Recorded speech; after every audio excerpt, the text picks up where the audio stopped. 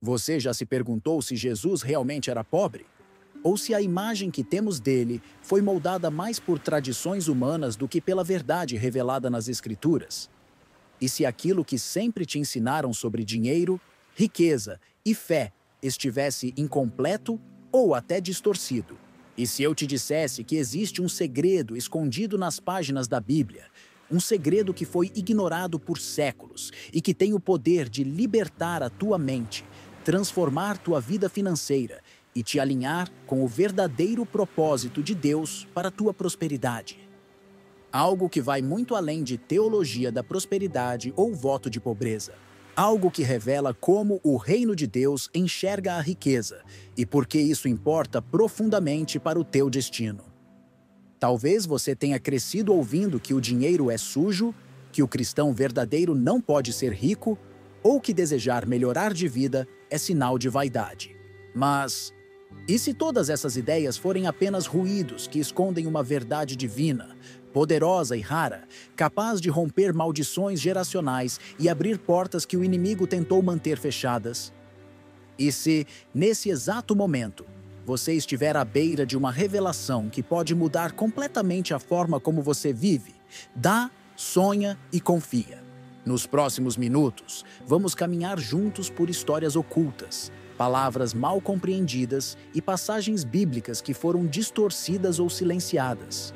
Vamos mergulhar fundo em 8 revelações que poucos têm coragem de pregar.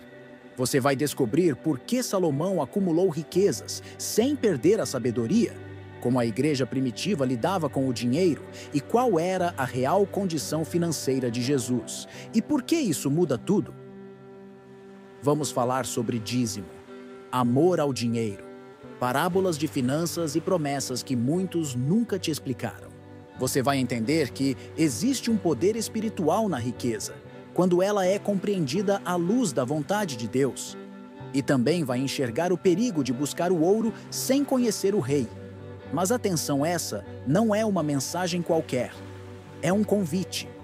Um chamado para abrir seus ouvidos espirituais e ouvir o que o Espírito Santo quer te revelar. Porque hoje, você não vai apenas assistir a um vídeo.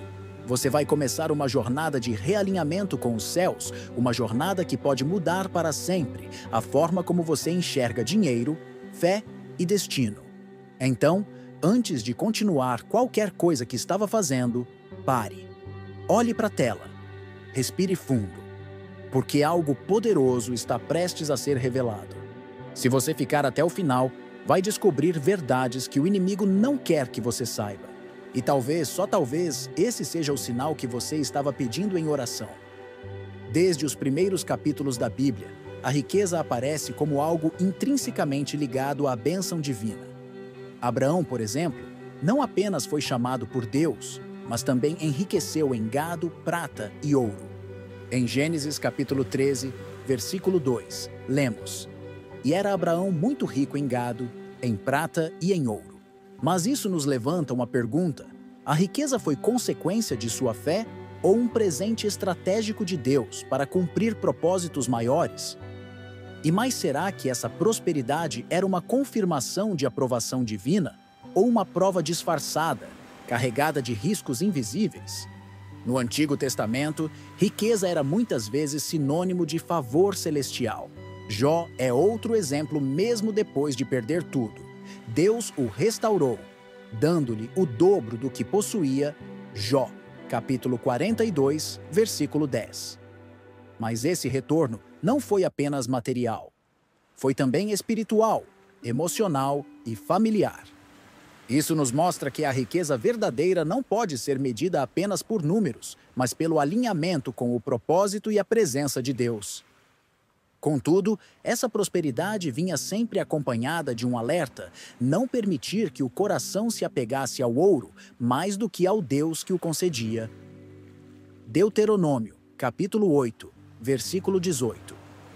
Nos lembra: "Antes te lembrarás do Senhor, teu Deus, porque é Ele o que te dá força para adquirires riquezas."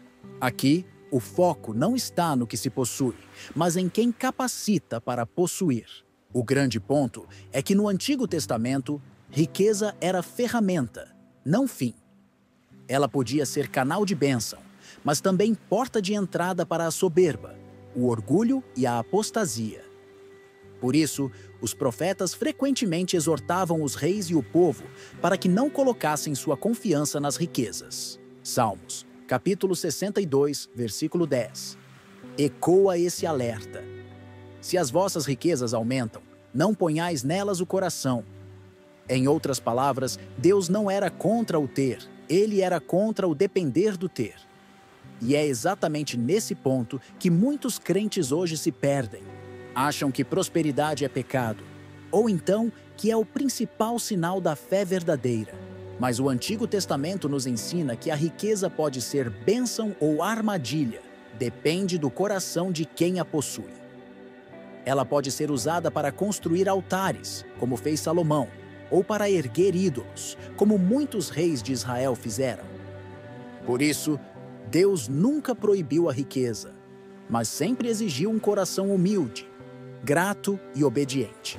Então, antes de você desejar riquezas ou rejeitá-las por completo, pergunte a si mesmo: meu coração está pronto para não se corromper com elas? Porque, segundo as Escrituras, o ouro só é bênção quando Deus continua sendo o dono do altar. Essa é uma das perguntas mais controversas e mal compreendidas da fé cristã. Afinal, o Salvador do mundo veio em glória ou em escassez? A resposta não é tão simples quanto um sim ou não. Jesus nasceu numa manjedoura, um símbolo de humildade, mas recebeu ouro, incenso e mirra dos magos do Oriente, presentes valiosos na época. Isso já quebra a ideia de que ele veio absolutamente desprovido de recursos. Mas há um detalhe ainda mais profundo: Jesus nunca foi dominado pelo dinheiro, e é isso que verdadeiramente importa. Durante seu ministério, ele tinha um tesoureiro, Judas Iscariotes. Isso indica que havia um fluxo financeiro suficiente para exigir alguém que administrasse os recursos. Em João, capítulo 13, versículo 29, vemos que alguns discípulos achavam que Judas sairia para comprar algo ou dar esmolas, o que só faria sentido se houvesse recursos disponíveis. Jesus não viveu mendigando, mas também não acumulava. Sua provisão vinha na medida exata para cumprir o propósito eterno. E esse é o grande ponto. Ele vivia com propósito, não com apego. Cristo podia multiplicar pães e peixes, encontrar moedas na boca de peixes e ser sustentado por mulheres de posses, como Maria Madalena e Joana, esposa de Cusa, administrador de Herodes Lucas, capítulo 8, versículos 2 e 3. Essas mulheres sustentavam Jesus e os discípulos com seus bens. Isso nos mostra que ele não era um pobre indigente, mas sim alguém completamente desapegado. Jesus não condenava a riqueza. Ele condenava o amor a ela. E mais ainda, ele ensinava que a vida não consiste na abundância do que se possui, como disse em Lucas, capítulo 12, versículo 15. O Filho de Deus viveu como quem sabia que o reino que ele carregava era mais valioso que qualquer palácio romano. Ele andava entre ricos e pobres, tratava Zaqueu e Bartimeu com o mesmo amor, e nunca fez acepção de pessoas com base no que elas tinham. Sua vida nos ensina que o verdadeiro evangelho não se mede pelo saldo bancário, mas pela disposição de entregar tudo por amor ao reino. Por isso, a pergunta correta não é se Jesus era rico ou pobre, mas você está disposto a viver com o mesmo desapego que ele viveu? Porque quem anda com Jesus não teme a pobreza e não se curva à riqueza. Apenas segue, confia e obedece, sabendo que o Pai sempre proverá o necessário para cada passo de fé. Nos dias atuais, a palavra prosperidade virou sinônimo de bens materiais, status e conforto.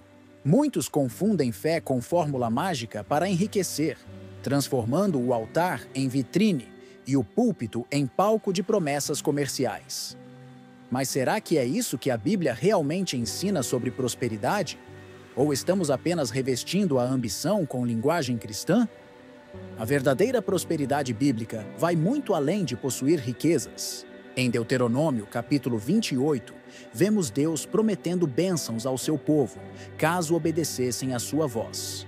Prosperidade ali incluía paz, saúde, terras férteis, famílias abençoadas, colheitas fartas, mas sempre como consequência da fidelidade e não como o objetivo principal.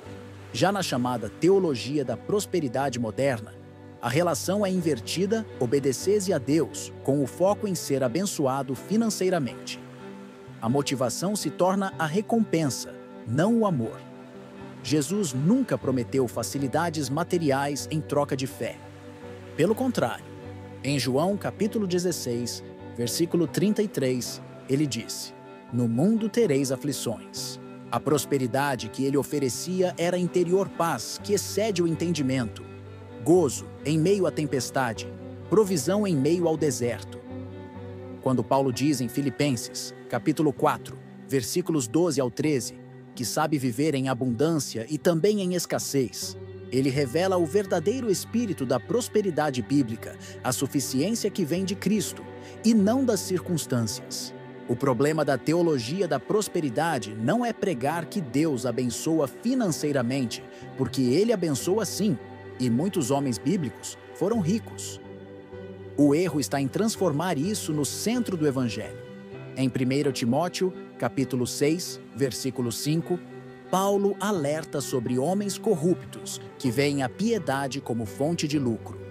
Isso é muito sério. A fé vira moeda de troca. Mas a prosperidade do reino é outra, é andar com Deus, mesmo que os celeiros estejam vazios. É manter a esperança mesmo sem ver resultados imediatos. É ser rico de fé, mesmo quando a conta bancária diz o contrário. A prosperidade bíblica é fruto de um relacionamento profundo com Deus. Ela pode ou não incluir riquezas, mas sempre incluirá paz, direção e propósito. E quando temos isso, temos tudo. Porque o verdadeiro tesouro não está nos bens, mas em quem governa o nosso coração. Muitos já ouviram a famosa frase: "O dinheiro é a raiz de todos os males." Mas essa não é a frase bíblica. Paulo, em sua carta a Timóteo, escreveu algo bem mais profundo. O amor ao dinheiro é a raiz de todos os males. 1 Timóteo, capítulo 6, versículo 10. Percebe a diferença? O dinheiro em si não é o problema.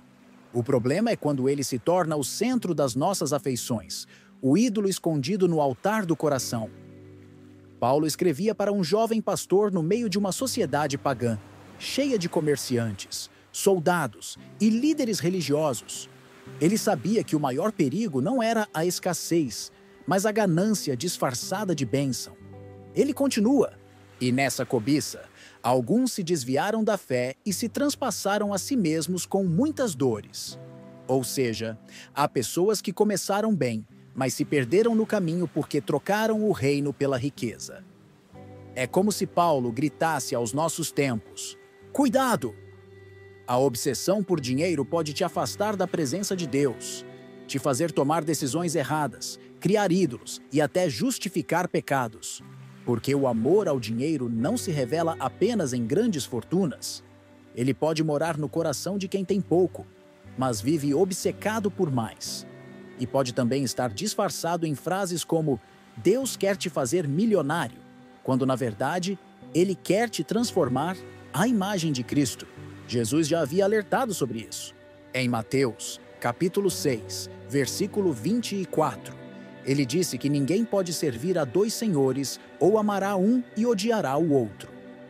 O dinheiro, quando amado, compete com Deus.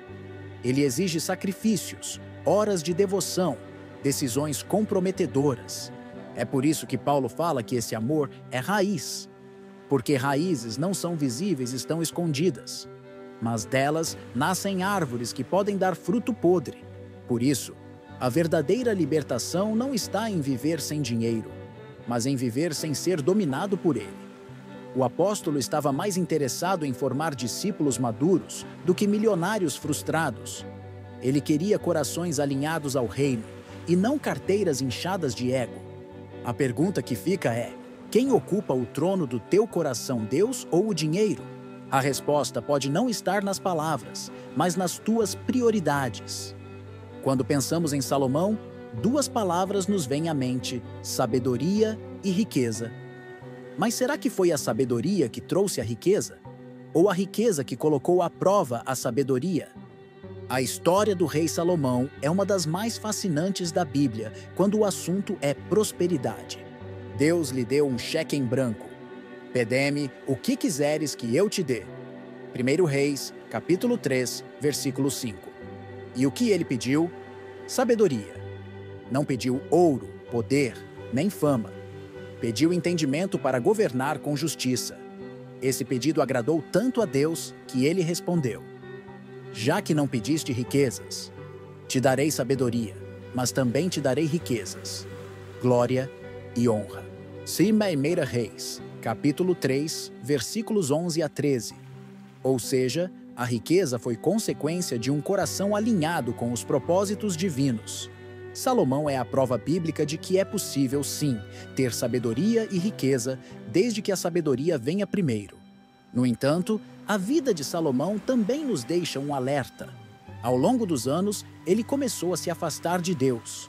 Casou-se com mulheres estrangeiras, construiu altares para deuses pagãos e permitiu que o coração se dividisse. 1 Reis, capítulo 11. Aqui está a chave: a riqueza não corrompe, mas revela. Ela revela o que há no coração. Quando Salomão era humilde e dependente de Deus, sua riqueza servia ao reino. Quando deixou que o orgulho o consumisse, sua riqueza passou a servir a ele mesmo. E é exatamente aqui que nós entramos. Quantas vezes pedimos a Deus por prosperidade, mas não pedimos por sabedoria? Quantas vezes queremos ser como Salomão em glória, mas sem passar pelo mesmo nível de dependência? O que poucos entendem é que a sabedoria de Salomão não estava em suas palavras, mas no seu temor a Deus. E foi quando esse temor se perdeu que tudo começou a desmoronar. Você pode ser próspero, você pode ter sabedoria, mas lembre-se, a ordem importa. Primeiro, um coração sábio e submisso.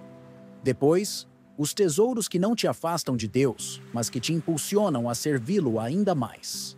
Porque no fim, Salomão escreve no livro de Eclesiastes, capítulo 12, versículo 13: teme a Deus e guarda os seus mandamentos, porque isto é o dever de todo homem. E isso sim é a verdadeira riqueza. Falar sobre dízimo é pisar em terreno sagrado e também minado. Para alguns, é um mandamento inquestionável. Para outros, uma prática ultrapassada do Antigo Testamento. E há ainda quem veja o dízimo como ferramenta de manipulação nas mãos de líderes gananciosos. Mas afinal, o que a Bíblia realmente nos ensina sobre o dízimo nos dias de hoje?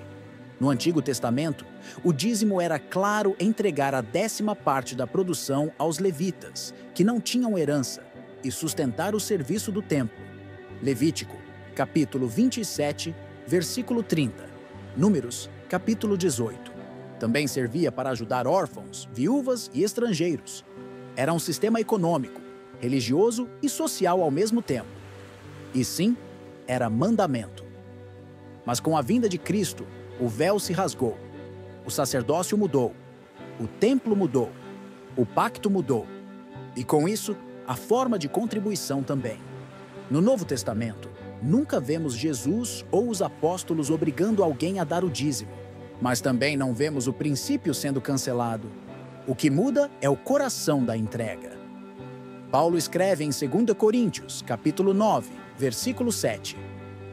Cada um contribua segundo propôs em seu coração, não com tristeza ou por necessidade, porque Deus ama ao que dá com alegria.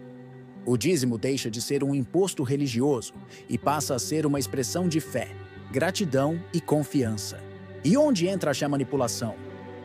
Infelizmente, ela existe quando se promete bênção em troca de dinheiro ou se ameaça com maldição quem não contribui. Isso não é evangelho, isso é comércio. E Jesus, em Mateus, capítulo 21, versículo 12, derrubou as mesas dos que faziam da fé um negócio. O verdadeiro princípio do dízimo e das ofertas é a generosidade voluntária. é reconhecer que tudo vem de Deus e devolver parte disso com alegria, sem medo, sem pressão e com plena consciência espiritual. Se você entrega por medo, está sendo manipulado. Se entrega por amor, está exercendo fé. A diferença está no coração, não no percentual. O dízimo hoje é mais do que um número. É uma oportunidade de viver o reino com fidelidade, confiança e generosidade. Mas nunca será uma moeda de troca, porque Deus não precisa do seu dinheiro. Ele quer o seu coração. Muitas pessoas acreditam que prosperidade é um sinal certo do favor divino. Que se você está passando por dificuldades financeiras, é porque Deus não está satisfeito contigo ou porque falta fé. Mas será que a Bíblia confirma essa visão simplista? O que Deus realmente quer para a sua vida em termos de prosperidade? Ao longo das Escrituras, vemos que Deus deseja o bem-estar do seu povo.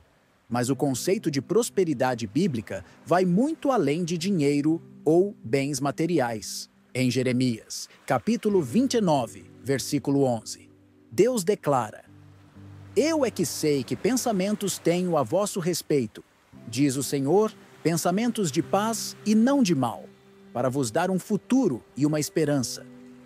O que Deus quer é uma prosperidade que inclua paz, propósito e crescimento espiritual.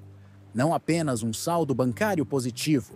Jesus, em seu ministério, viveu uma vida de simplicidade e, para muitos, até de pobreza material, mas revelou a verdadeira prosperidade. Mais bem-aventurado é dar do que receber. Atos, capítulo 20 e 24. A prosperidade que Deus oferece é um coração generoso, uma alma em paz e uma vida alinhada com a vontade divina. Isso nem sempre significa abundância material, mas abundância de vida em sentido pleno. Além disso, a Bíblia nos alerta que o amor ao dinheiro é a raiz de toda espécie de males. 1 Timóteo, capítulo 6, versículo 10. Portanto, a busca desenfreada por riqueza pode afastar a pessoa do propósito maior. Deus quer que prosperemos, sim, mas em todas as áreas da vida: saúde, relacionamentos, fé, caráter. Prosperidade verdadeira é uma vida equilibrada, onde o dinheiro é apenas uma ferramenta, não um fim. Se você busca prosperidade, pergunte-se: estou buscando o que Deus quer para mim ou o que o mundo oferece? Deus quer te ver prosperar, para que você seja uma bênção para os outros, para que sua luz brilhe e para que o reino avance. Prosperidade não é só sobre você, mas sobre impacto e legado. Na igreja primitiva, o dinheiro e os bens materiais tinham um papel muito diferente do que vemos em muitas igrejas hoje. Os primeiros seguidores de Cristo praticavam a comunhão dos bens, compartilhando tudo o que tinham para que ninguém passasse necessidade. Em Atos capítulo 2, versículos 40 e 4 a 45, está escrito que todos os que criam estavam juntos e tinham tudo em comum, vendiam suas propriedades e bens e repartiam com todos segundo a necessidade de cada um. Esse modelo não era apenas uma questão financeira, mas um reflexo da profunda comunhão espiritual e do amor fraterno entre os irmãos. Eles entendiam que suas riquezas terrenas eram temporárias e que a verdadeira riqueza estava no corpo de Cristo, na comunhão e no amor. A forma como lidavam com o dinheiro não era baseada na busca individual por prosperidade, mas no cuidado mútuo e na solidariedade. Esse princípio nos desafia hoje a refletir sobre nossas prioridades e como usamos os recursos que Deus nos confia. Será que temos um coração generoso e disposto a compartilhar? Ou nos prendemos ao que temos com medo de perder? A igreja primitiva nos mostra que a verdadeira riqueza está na generosidade, no desprendimento e no serviço ao próximo. Valores que podem transformar nossa relação com o dinheiro e com Deus. Jesus usava parábolas para ensinar verdades profundas de maneira simples e impactante, e muitas delas falavam sobre finanças e dinheiro. Essas histórias não são apenas lições econômicas, mas ensinamentos espirituais que revelam como o dinheiro pode afetar nosso coração e nossa relação com Deus. Uma parábola muito conhecida é a do administrador injusto Lucas, capítulo 16, versículos 1 a 13. Nela, Jesus mostra que mesmo aqueles que não são fiéis com coisas pequenas, não serão fiéis com coisas grandes. Isso nos ensina que a forma como lidamos com nossos recursos, por mais modestos que sejam, reflete nossa fidelidade e caráter diante de Deus. A parábola também revela a importância da sabedoria na administração financeira, algo que muitos ignoram. Outra parábola poderosa é a dos talentos Mateus, capítulo 25, versículos 14 a 30. Jesus fala sobre servir e multiplicar o que foi confiado a nós. Não se trata apenas de dinheiro, mas dos dons e oportunidades que Deus nos dá. A lição é clara: não devemos enterrar nossos recursos ou evitar responsabilidades, mas usá-los com sabedoria para crescer e abençoar. Essas parábolas nos desafiam a olhar para o dinheiro como um instrumento para a expansão do reino de Deus, para a ajuda ao próximo e para a construção de uma vida que honra a Deus e não apenas como um fim em si mesmo. Elas revelam segredos que poucos ensinam, mas que podem transformar completamente nossa visão sobre finanças. Vivemos num mundo onde a pressão para o sucesso financeiro pode facilmente entrar em conflito com nossa fé e propósito de vida. Mas será que é possível encontrar um equilíbrio verdadeiro entre esses três pilares? A Bíblia nos dá pistas valiosas para essa jornada. A fé deve ser a base sólida que sustenta todas as decisões, inclusive financeiras. Em Hebreus, capítulo 11, versículo 1, lemos que a fé é a certeza de coisas que se esperam, a convicção de fatos que se não veem. Manter essa certeza diante das dificuldades financeiras fortalece nosso propósito e evita que sejamos dominados pelo medo ou ganância. O propósito divino, aquilo para que fomos chamados, deve guiar o uso dos recursos. Como Paulo recomenda em Colossenses, capítulo 3, versículo 23, tudo o que fizerem, façam de todo o coração, como para o Senhor e não para os homens. Quando nosso trabalho e finanças estão alinhados com esse propósito, nossa vida ganha sentido e paz. Por fim, as finanças devem ser vistas como ferramentas para cumprir nosso chamado e abençoar outros, não como um fim em si mesmas. O equilíbrio vem do entendimento que o dinheiro é um meio e não um mestre. Quando a fé guia, o propósito inspira e o dinheiro serve, encontramos a harmonia que transforma desafios em vitórias espirituais. Parabéns por ter chegado até aqui. Pouquíssimas pessoas têm a perseverança e o coração aberto para acompanhar um vídeo tão profundo e transformador como este. Você é realmente especial e escolhido para receber essas revelações que podem mudar sua vida. Agora, quero que você faça algo muito importante. Escreva nos comentários a frase: "Eu busco a riqueza verdadeira que vem de Deus". Quero saber quem são os que realmente se comprometem a seguir essa jornada com o coração aberto e disposto a aprender. Não tenha medo de se mostrar e de declarar seu compromisso com a verdade divina. Compartilhar este vídeo é uma forma poderosa de espalhar essa luz para quem também precisa. Pense nisso como uma sementinha que você planta na vida de outros, para que juntos possamos construir uma comunidade fortalecida pela sabedoria bíblica sobre finanças. Se ainda não está inscrito, inscreva-se agora mesmo. Não permita que a oportunidade de crescer espiritualmente e financeiramente escape por sua falta de atitude.